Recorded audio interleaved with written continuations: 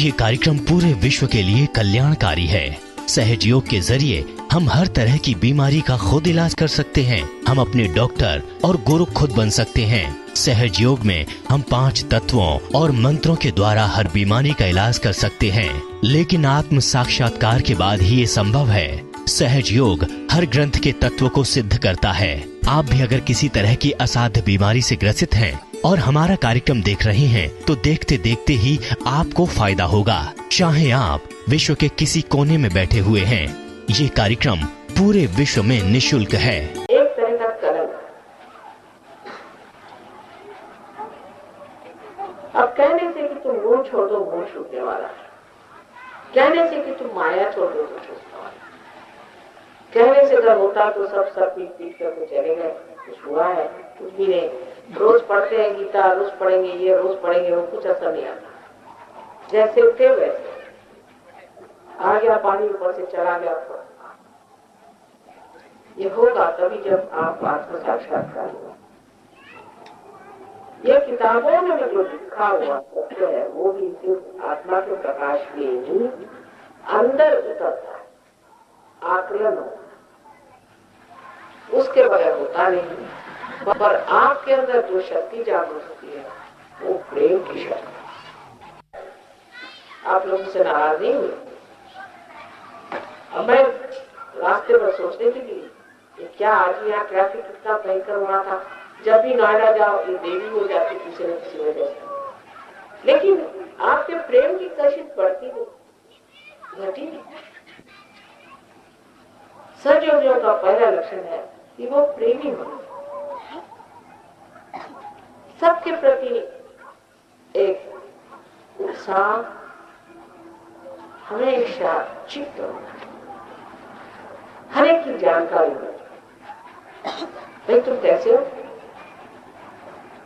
जैसे हमारा ये हाल है कि कभी बाजार गए, कोई चीज दिखाई दी, हाँ ये ले लो, ये वो जो फलानी साहब है उनको अच्छी है, वो जो फलानी देवी है उनके लिए ठीक है। और टाइम से हमें बराबर वो चीज वहां मिल जाएगी जो हमें उनको लेनी। अब ये जो संसारिक चीजें हैं ये सिर्फ इसीलिए तो है कि इनमें अपना प्यार जता के दे दो। आखिर छोटी छोटी चीजों कैसे प्यार जताया जाता है, ये श्री राम ने बीवी के बेर खा के दिखाया। वही बात कृष्ण थे, वो दासी पुत्र विदुर के घर जाकर खाना खाते थे, जो कि साग भी खाता था बेचारा, लेकिन दुर्योधन के मेवा नहीं खाता। दुर्योधन के यहाँ जाकर के उस दुष्ट का मेवा नहीं खाता। ये एक सहयोगी का लक्षण है कि प्रेम का आदर करना ही सत्य का आदर करना। जब मनुष्य प्रेम करता है तो वो धीरे धीरे निर्मल हो जाता है। उसके अंदर की सारी ये जो मदमत्सर मोह लोभ आदि जो कुछ गुण है वो एकदम से नष्ट हो जाता है। किसी आदमी को मोह होता है क्योंकि उसके अंदर निर्वाण प्रेम नहीं। मद होता है वो अपने सोचता मैं कोई बड़ा आदमी हो गया, क्योंकि ऐसा सोचने वाला तो पागल हो। पर जिसको प्यार हो जाता है वो कैसे सोच सकता है कि मैं इनसे कोई बड़ा आदमी हो गया। प्यार में तो ये सोचा नहीं जाता, सोच ही नहीं सकते, वो भावना ही नहीं आ सकती। लेकिन प्यार में हर एक आदमी के बारीकी मालूम है, उसके बारे में पता रहता है ये आदमी क्या चाहता है, क्या चीज इसको खुश करनी है।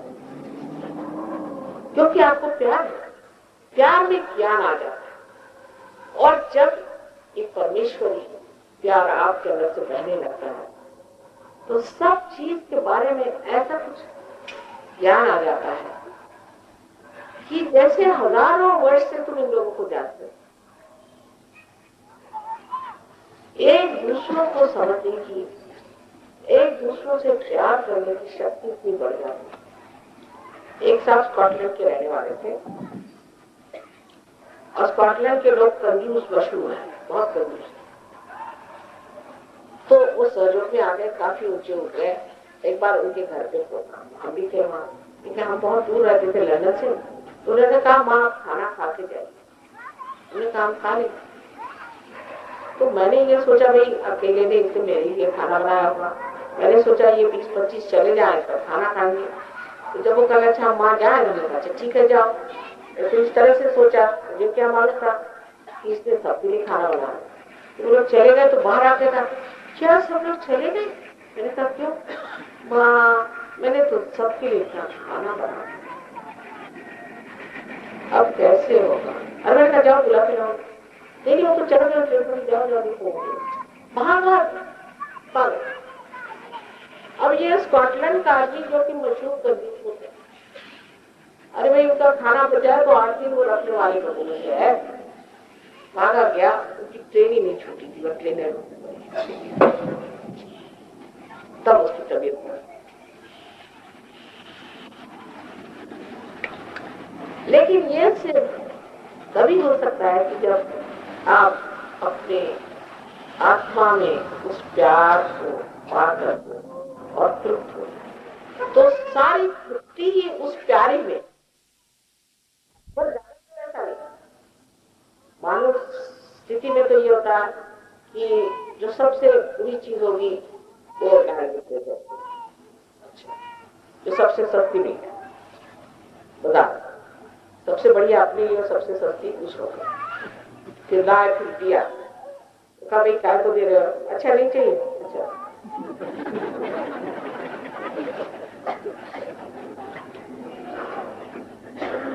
किसी के यहाँ खाना खाने जाएंगे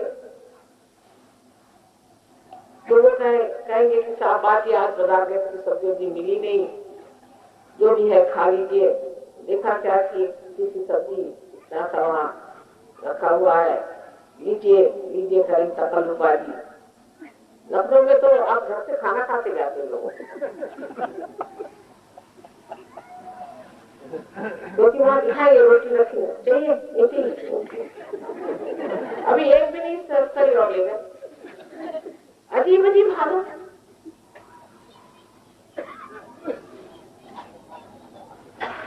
उसी प्रकार बचाव करते रहता है, इस तरह से उसको बचाव।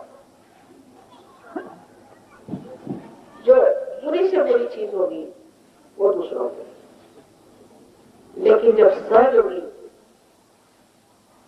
अपने आत्मा के आसन पे स्थित होता है तो राजा हो जाता, राजा। और मौज सारा काम, मौज छोटी छोटी चीजों के लिए रोना खत्म होता है। जैसे आप एक साहब से उनका ट्रांसफर हो, तो जज साहब थे, हमारे पति का आज तक आप आश्चर्य करेंगे कि वहां शादी में तो 45 साल हुए और अभी तक हमने 48 हाउसेस, 48 घर इन्होंने बदले। उनका एक ही बार ट्रांसफर। अब हम उनके घर गए, उन्होंने रोना शुरू कर, 1 घंटा हम लोगों की जान ले ली। साहब मैं क्या करूं, ट्रांसफर हो रहा है, अब ये देखिए ये कांच का बर्तन है, इसको कैसे मैं ये करूंगा, उसको मैं कैसे पैकिंग करूंगा। ये भगवान, मैंने कहा इतना कहां से ट्रांसफर हुआ और हम लोग कहां से। 1 घंटा उन्होंने मेरा सर, और हमारे साहब तो बोलता है मैं तो कोई सीरियस फाइल सोचने लगा, मेरी समझ में आ रहा था कि आदमी क्या। और बड़े भारी डिस्ट्रिक्ट जज साहब, एक ही मरतबा उनका ट्रांसफर, इतना उनका दिमाग खराब कि ये चीज कैसे टूट जाएगी, इसमें इतना पैसा लगा था, ये बर्बाद हो जाएगा, ये हो जाएगा वो। कुछ साल बाद उनके साहबजादे उससे मिल गया, वो देखा तो बिल्कुल उल्टी तबीयत, बिल्कुल उल्टी तबीयत। वो अपने बाप को बेवकूफ बना बना के सारा पैसा निकाल के मोटर खरीदी उसने, ये कर वो कर, खूब पैसे उड़ा रहे। और वो कहते थे, कोई गाना है ना, मेल होगा कि नहीं, तो कहता था कि आपके पर्स का और मेरे हाथ का मेल होगा कि नहीं।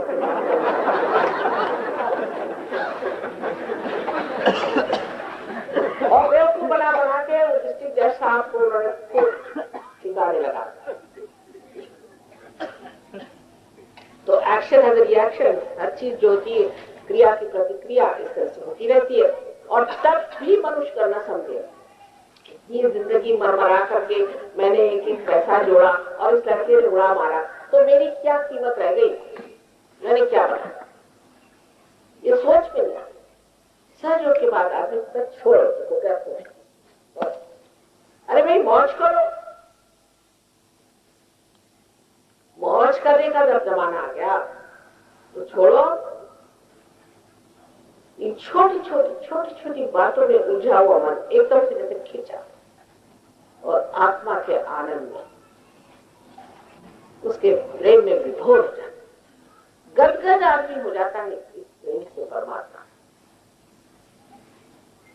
और यही प्रेम हमें वो आनंद देता है।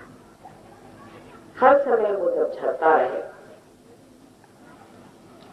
चारों तरफ से बरसता रहे, तो ये दुखी होने की कोई बात ही नहीं। किसी बात में बुरा मानने की कोई बात ही नहीं। और जब वो परमात्मा हमें प्यार करता है, इसका पूर्ण विश्वास है,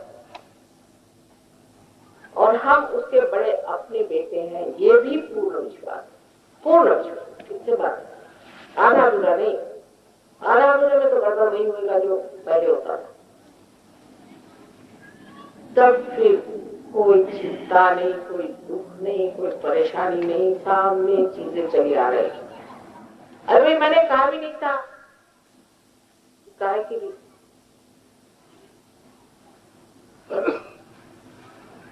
काम होते जाएगा, आप हैरान हो जाएंगे कि सब हुआ। मैंने तो भगवान से कहा भी नहीं, मैंने तो मांगा भी नहीं, मेरे मन में इच्छा तक नहीं उठी, उससे पहले ही परमात्मा ने बात कर। और बाद में समझ में आएगा कि इस वक्त इस चीज की जरूरत थी, मेरे ख्याल में बातें हैं और उसके ख्याल में आ गई। इतनी बारीक बारीक चीजों को वो जानते कैसे, उनके प्यार के कान जो है वो चैतन्य बन के चारों तरफ छाए हैं, जो हर चीज को जानते हैं, सोचते हैं और समझते हैं, और परमात्मा के प्यार को समझ के उसी के अनुसार कार्य करते हैं। ऐसी भी कोई चीज आपने सुनी है, ऐसी भी कोई शक्ति तुमने सुनी है कि जो जानते हैं कि किस तरह से काम करें? क्या ये सृष्टि परमात्मा ने अपने प्यार के चारों तरफ रची हुई है, जिसे हम परम चैतन्य कहते हैं। कभी कभी कहने में ऐसा लगता है कि परम चैतन्य माने कोई न कोई बड़ा जैसे साधु बाबा डटा लेके बैठा हो, या कुछ ऐसी बात कोई लोगों का था। परम चैतन्य, इसका कोई प्यारा सा नाम है, इसे उत्तम भरा प्रज्ञा कहा है। उत्तम भरा प्रज्ञा, जिसके कारण, जिस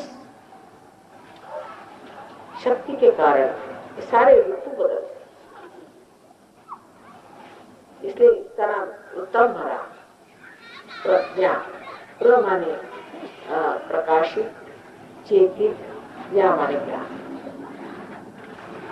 ये जो सारे रंग बिरंगी फूल खिलते हैं, आज एक खिले तो कल वो खिले, तो कल वो नजारा आ रहा है, तो परसों वो नजारा आ रहा है। ये जो सारे कार्य, आकाश में बादल बदल रहे हैं, उसमें रंग बिरंग चल रहे हैं, एक से एक मनोरम दृश्य रोज जो दिखाई देते हैं।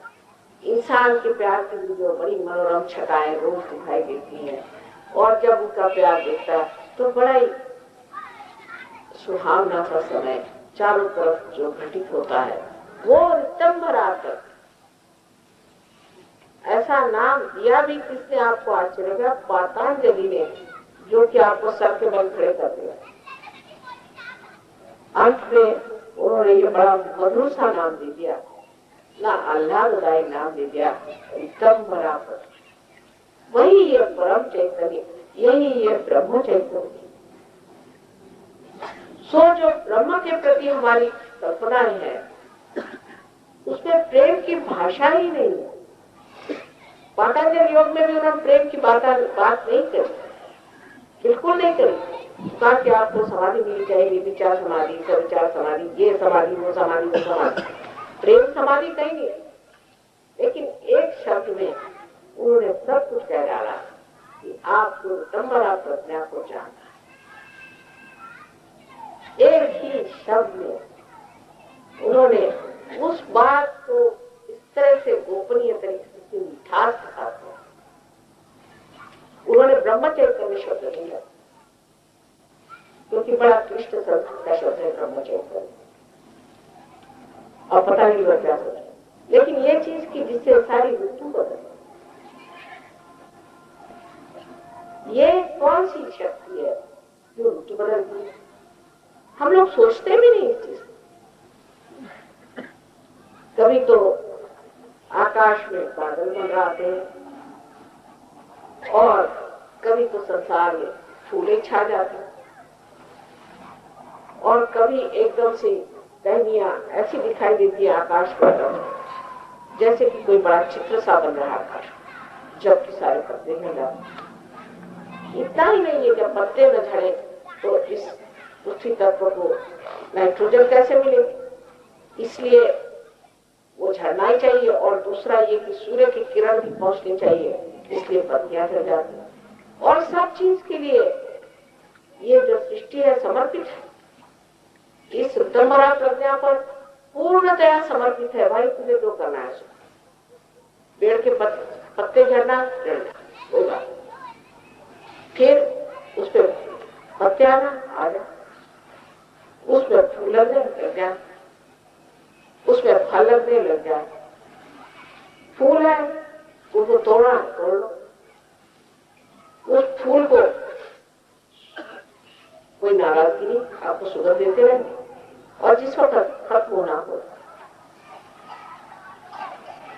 सारी सृष्टि में अगर आप देखें तो आपको आश्चर्य होगा कि ये ऋतंभरा प्रज्ञा कितनी कार्य है। जानवरों में आप पता नहीं जंगलों में कभी रहे कि नहीं रहे, जहां पर शेर बैठे रहते हैं, एक चिड़िया भी नहीं बोलेगी, राजा बैठा हुआ है, सब कायदे में। जहां शांति आप पाए, समझ लीजिए कि शेर साथ बैठे। अच्छा, शेर भी ऐसे शानदार कि रोज वो किसी जानवर को नहीं मारते, 15 दिन में, एक महीने में एक जानवर मारे, और बड़े शान से जानवर मारेंगे, उसको छोड़ देंगे वहीं पर जब तक उसका खून न निकले। जब उसका खून निकल जाए तब तक उसको कोई चिड़िया या चूटी भी नहीं खाएगी। उसके बाद आकर के वो शेर जो कुछ खाना है खा लेगा, बाद में छोड़। फिर उसमें भी पहले शेर के बच्चे खाएंगे, फिर और जो कुछ भी जानवर है एक के बाद एक, आखिर में कौवे, फिर चील। कायदे से अपनी सब मर्यादाओं में सब कायदे से। आप जंगल में जाइए, आपको कहीं बदबू नहीं आएगी, शेर को भी बदबू नहीं है। लेकिन 4 इंसान आप जंगल में छोड़ दीजिए, पता चल जाएगा कि इंसान नाम का जानवर भूल गया है। शेर को कभी बदबू नहीं आती जंगल में, लेकिन उसको आप लाके जू में रख लीजिए, आप शेर को डायरेक्ट पास हो जाए। मेरे ख्याल से वो आदमियों की सारी गंदगी खींचते रहता है।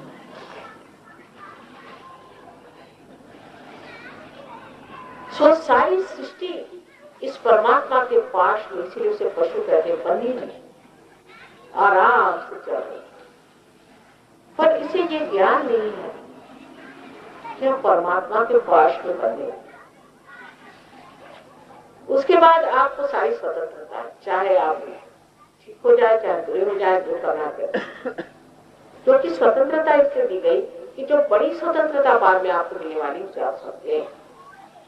उस स्वतंत्रता को समझने के लिए छोटी सी स्वतंत्रता आपको, इसको आप पहले समझ, उसके बाद आपको बड़ी स्वतंत्रता मिल सकती। पर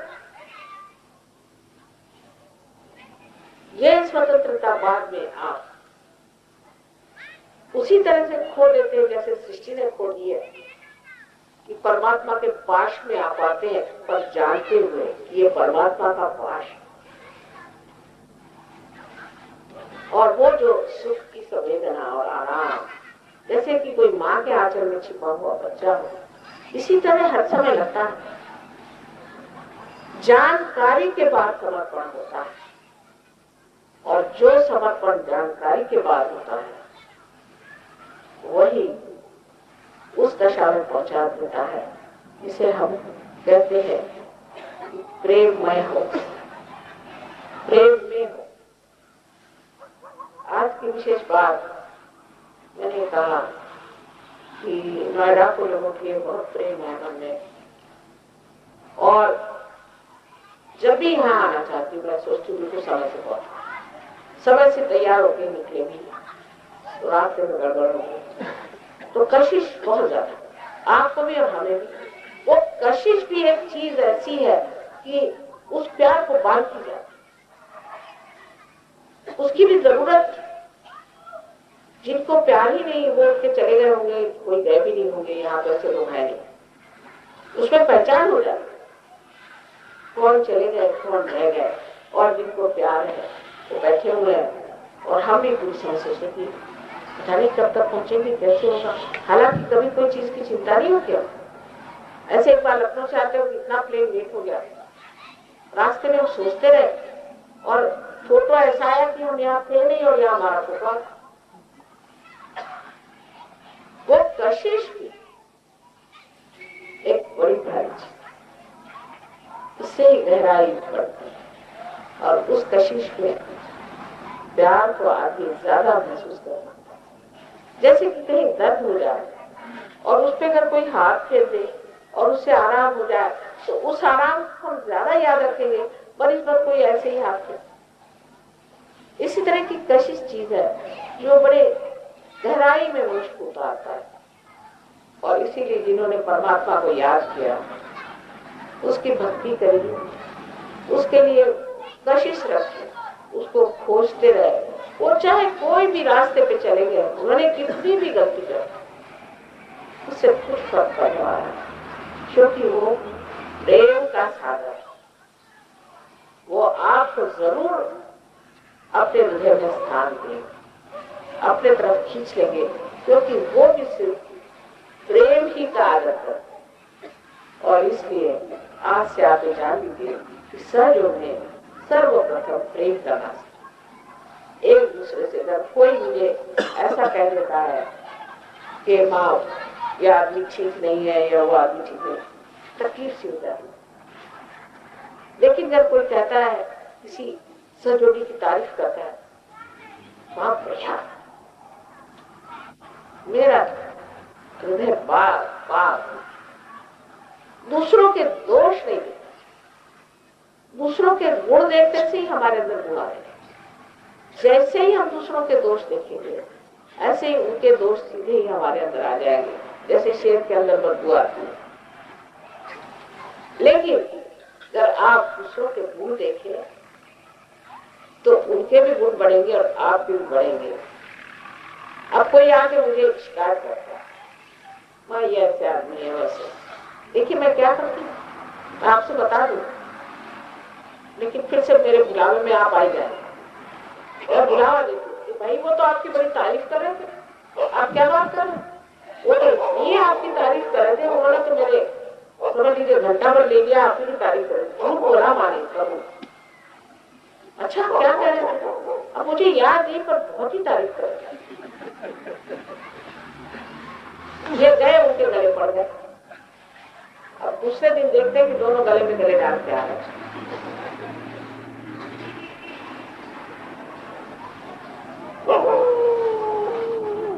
तो कुछ अपनी समझ में प्यार को भरना, अपने दृष्टि में प्यार हो, अपने जीवन में प्यार हो। किसी को प्यार करना भी तो बड़ी शक्तिशाली चीज है, और ये शक्ति जो है ये जुटानी नहीं पड़ती, अंदर ही से बहती। और इस प्यार की जो अनंत अनंत आशीर्वादी शक्तियां हैं उसको आप समझ नहीं पाए। बहुत समय हो गया है, तो भी एक कहानी आपको बतानी है, उसके बाद लिखेंगे बट उस वक्त ये 47 का मामला हुआ। अभी लाहौर में पढ़ते थे तो हमारी भी पढ़ाई लिखाई छूट गई और हमारी शादी हो गई। उस वक्त 3 लोग बाहर बैठे हम मीटिंग कर रहे थे और आए और हमसे कहने लगे कि हम रेफ्यूजीज हैं, हमारे पास कोई जगह नहीं, आपके पास एक कमरा हो तो देखिए। मैंने उनकी ओर देखा, भले लोग लगे, हमने जान लिया ठीक है। हमने कहा ठीक है, हमारा कमरा है बाहर की तरफ में, उस पर आप रह लीजिए। अब इतना बड़ा घर था और हम यहाँ भी और हमारे भाई साहब आ रहे थे। तो जब ये लोग शाम को आए लगे चिल्लाने, न देखा न आओ न ताओ न बाप न बहन, और लगा दिया अपने यहाँ रख दिया, कौन लोग आए पता नहीं, रेफ्यूजी बन के आए हैं। अरे मैंने कहा क्यों बिगड़ते हो, बाहर ही बाहर कमरा है, क्या तुम्हारा खोने का है, तुम्हारे पास है क्या, तो जाएगा, ऐसे क्यों करते हो। बहुत तीनों लेक्चर दिया, वो भी तीनों सहम के सुन रहे थे। लेकिन ये था मेरे आगे को बोल नहीं सकते थे ज्यादा। मैंने कहा कि मैंने तो तय कर लिया इनको यहाँ रखना है बिना बाप उठा, और घबरा रहे, ये तो मानने वाली नहीं। उसके बाद उसमें से एक था बेचारा वो मुसलमान, तो कुछ लोग उसके पीछे पड़ गए। उस जमाने सिख लोग कुछ मुसलमानों पीछे पड़े थे, सही भी था क्योंकि उस वक्त बहुत गड़बड़ियां हो गई। तो वो आए और खड़े हो गए और कह रहे यहाँ एक मुसलमान रहता है और उसका ये है। मैंने कहा देखिए मेरे सिंदूर लगाया ना, हाँ मैं आपसे बता रही हूँ, सीधे से सुनो, यहाँ कोई नहीं रहता है, आप बीमारी से चलिए, छुरा उड़ा लेके आए, चलिए। अब यही महाशय कौन है, तो शाही विज्ञानी। ये लोग 2 महीने वहां रहे, उसके बाद चले। और वो जो देवी जी थी वो आपकी एक एक्ट्रेस है, क्या नाम है, अचला से नाम भी। उसके बाद आप देखिए कि एक छोटी सी चीज हमें कोई नहीं, उस पर खर्चा हुआ नहीं, कुछ नहीं, वो आके बेचारे रह रही है, ऐसे कमरे खाली पड़े थे। कोई ऐसी खास चीज मैंने नहीं की थी उनके लिए कि मैंने कभी उनको बेचारों को खाना पीना भी नहीं दिया, कुछ नहीं। इसलिए उनको इतना मेरा उपकार लगा। बहुत दिन बाद फिर लोगों ने सोचा कि एक फिल्म सोसाइटी बनाई जाए यंग लोगों के लिए। मैंने कहा चलो, उसमें मुझे भी 22 चेयर में जबरदस्ती लगा दिया। मैंने कहा चलो, तो पहले अर्चना सचदेव को माँ बनना है। मैंने कहा खबरदार मेरा नाम नहीं बताना उसको। उससे मैं जाकर कभी मिली नहीं, उसके बाद तो मिली नहीं, मेरा नाम नहीं बताने का। कहला क्यों, मैंने नहीं कहा, मैं कहती हूँ इसलिए उनको बताना नहीं मेरा नाम, आप कर लीजिए जो करना। जब पहुंचे तो अर्चना सचदेव ने कहा मैं तैयार हूँ और मुझे साड़ी चाहिए, मुझे ये चाहिए, मुझे वो चाहिए, इतना रुपये। वहाँ तो चैरिटी है, सब दुनिया भर की बातें होकर बच्चा मुहूर्त में आई तो समझ गए कि माँ ने क्यों मना कर। जैसे वो आई, जैसे मुझे देखा, एकदम आकर मेरे पैर पकड़ के अरे कहीं जो कुछ भी कहा सब कुछ करा। सब लोग देख के आवाज, कहीं इनको आप जानते नहीं क्या चीज है। उन्होंने फौरन कहा थे, अपने जाकर फोन किया घर पे, पति को बुलाया, शायद रुझानी को बुलवाया और मुझसे कहने लगी कि आपने बताया क्यों नहीं किया, आपकी सब चीज ची ची ची कर ले, मैंने कैसे करके काम कैसे मैं नहीं करी, बहुत शर्म लगा। कह ले नहीं भाई देखो मैं तो करूंगी काम और मेरे तरफ से रुपया जो। ये चीज एक हुई थी 47 में और ये चीज हुई थी 57। आप इससे समझ लीजिए कि कोई भी भलाई, कोई भी अच्छाई कभी भी बेकार नहीं जाती।